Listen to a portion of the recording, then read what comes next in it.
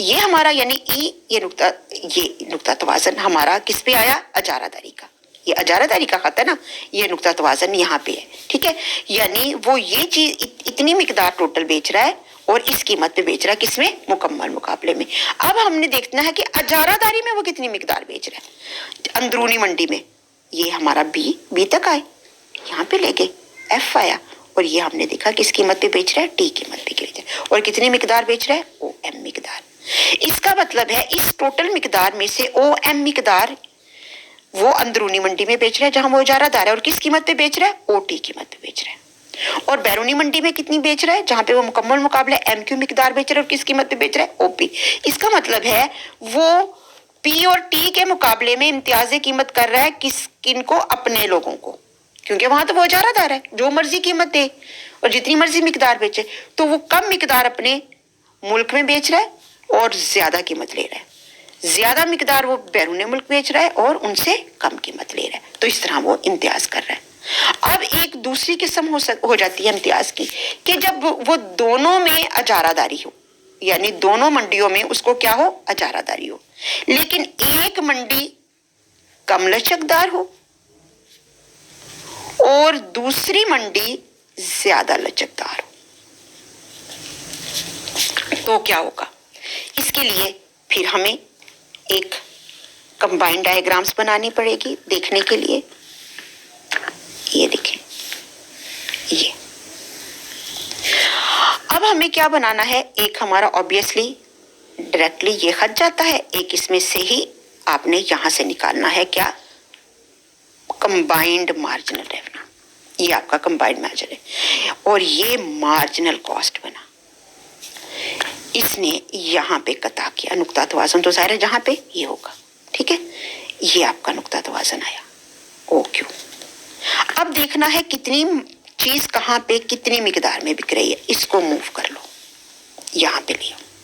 ٹھیک ہے, اب ہم نے دیکھا کہ یہ آپ نے یہاں پہ رکھنی, یہ آپ کی ہے کم لچکدار منڈی اور یہ ہے زیادہ لچکدار منڈی. اب کم لچکدار منڈی کا آپ نے یہ سلوپس یہیں رکھنی ہے, اس کو آپ نے تیزی کے ساتھ گرانا ہے. یہ دیکھیں ایوریج ریونیو, مارجن ریونیو.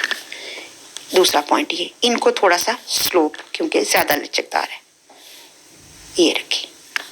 اب یہ دیکھیں اس نے یہاں پہ اب ہم نے کمبائنڈ, یہ نقطہ توازن ہے, ایک نقطہ توازن یہ ہے, ایک نقطہ توازن یہ ہے. اس نقطہ توازن کو اے کا نام دیا, اس نقطہ توازن کو بی کا نام دیا. اب یہاں سے ہم نے قیمتیں نکالنی ہیں. یہ دیکھیں یہاں پہ ہم نے قیمت نکالی, یہ دیکھیں یہاں پہ ہم نے قیمت نکالی. یہاں پہ قیمت کتنی نکلی؟ ایم. اور یہاں پہ کیا نکلا؟ ٹی. یہاں پہ قیمت کیا نکلی؟ پی. اور یہاں پہ مقدار نکلی Q1, یہاں پہ مقدار نکلی Q2. اور یہ دیکھیں یہاں تک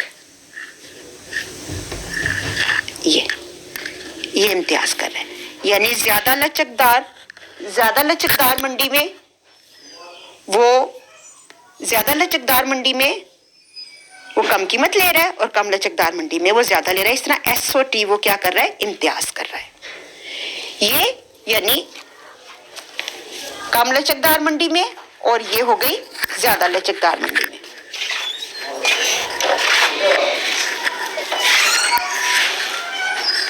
تو اس طریقے سے وہ اپنی قیمت کا یعنی امتیاز اس نے کر لیا, امتیازی قیمت. ٹھیک ہے, یعنی اس نے زیادہ لچکدار منڈی میں کم قیمت رکھی اور کم لچکدار منڈی میں, اور اس طرح ایس ایس ٹی وہ زیادہ لچکدار کر رہا ہے. یہ آپ کا ہو گیا کہ وہ کس طریقے سے قیمت کا امتیاز جو ہے وہ کرتا ہے. یہ دیکھیں, یہ دیکھیں, یہ دونوں کے نقطہ توازن موو ہوئے, اور یہ پھر ہماری اس میں. اب یہاں تک یہ آپ کا کمپلیٹ ہو گیا کوشچن. اب اس کوشچنز کے آنسرز بنتے ہیں آپ کے 5, 6 اور 8. 5ویں سوال کا کوشچن ہے امتیازی قیمت سے کیا مراد ہے؟ کہ امتیازی قیمت معاشی طور پر جائز اور سماجی لحاظ سے پسندیدہ ہے. ٹھیک ہے. اور امتیازی کی اب اس سوال کا جواب ہمارا کہاں سے بنے گا؟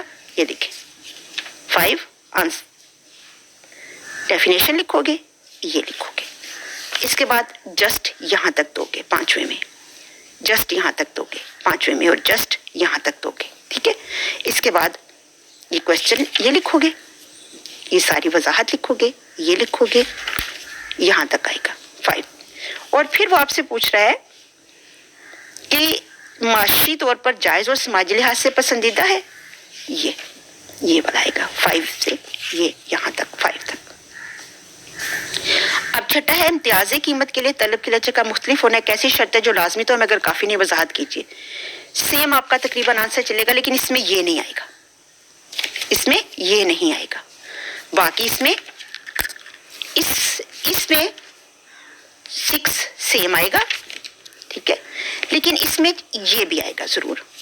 ٹھیک ہے. یہ والا پھر یہ آئے گا، یہ آئے گا، یہ آئے گا، اور یہاں تک یہ چھٹا سوال کمپلیٹ ہو جائے گا.